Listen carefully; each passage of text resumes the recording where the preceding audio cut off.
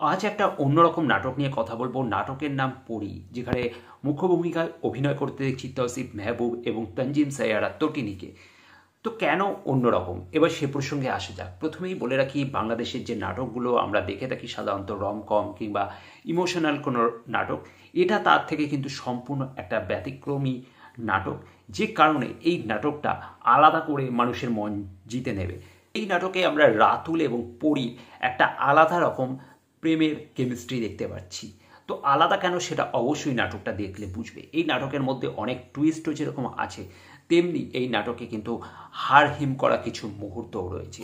কঙ্কাল কাণ্ডের সাথে আমরা কম বেশি সকলেই পরিচিত। এরকম ঘটনা আমরা নিউজের মাধ্যমে অনেক শুনেছি, এবং সেই কাণ্ডই যখন উঠে আসে কোনো নাটকের মাধ্যমে, তো সেটা অনেক বেশি আমাদের সামনে জলজ্যান্ত হয়ে ওঠে, এবং এখানেও কিন্তু সেরকমটাই হয়ে উঠেছে। তো যাই হোক, এরকমই একটা বিশেষ চমক নিয়ে এই নাটক।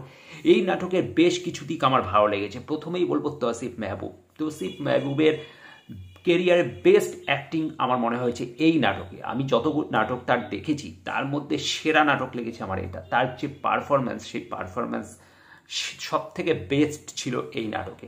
তার এর আগে কিছু নাটক আমি দেখেছিলাম যেখানে তার এক্সপ্রেশনলেস অনেক কিছু আমি আমার রিভিউতেই বলেছিলাম, কিন্তু এই নাটকটি দেখার পর আমার সেই ধারণা ভ্রান্ত প্রমাণিত হয়েছে, এবং এটিতে তার অ্যাক্টিং আমার মন ছুঁয়ে গেছে। পাশাপাশি তটিনী, যে নাকি তার চোখে মুখে তার এক্সপ্রেশনে তার প্রতিটা কথাকে সে বুঝিয়েছে।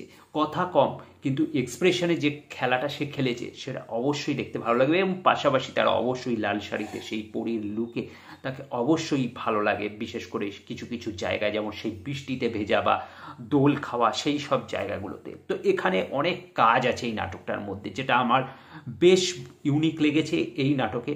যেরকম বেশ কিছু ক্যামেরা অ্যাঙ্গেল শট আমি দেখলাম, যে শটগুলো সাধারণত আমরা সিনেমাতে ট্রিটমেন্ট করতে দেখি।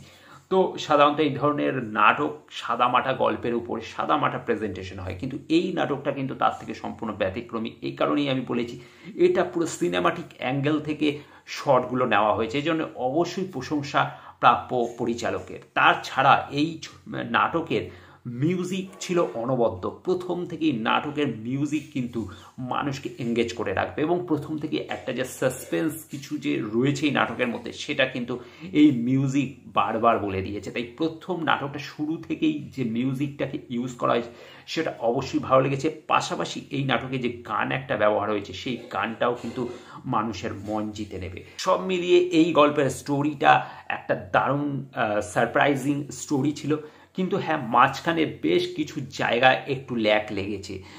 বিশেষ করে সেই পুলিশ আসার পর থেকে গল্পটা যেভাবে ঢিমে তালে এগোতে থাকে এবং যেভাবে ঝিমিয়ে যায়, তো সেই জায়গাটা কোথাও গিয়ে একটা বোরিং ফিল করাবেই। তো আমার মনে হয়েছে ওই জায়গায় আর একটু কিছু এঙ্গেজিং পার্ট দরকার ছিল। একটা মুহূর্তের পর থেকে কিন্তু তৌসিফ মেহবুব এবং তটিনী দুজনেই হাওয়া হয়ে যায় নাটক থেকে, এবং সেই জায়গায় ওই যে পুলিশ ইন্সপেক্টর, সে পুরো স্ক্রিন জুড়ে থাকে।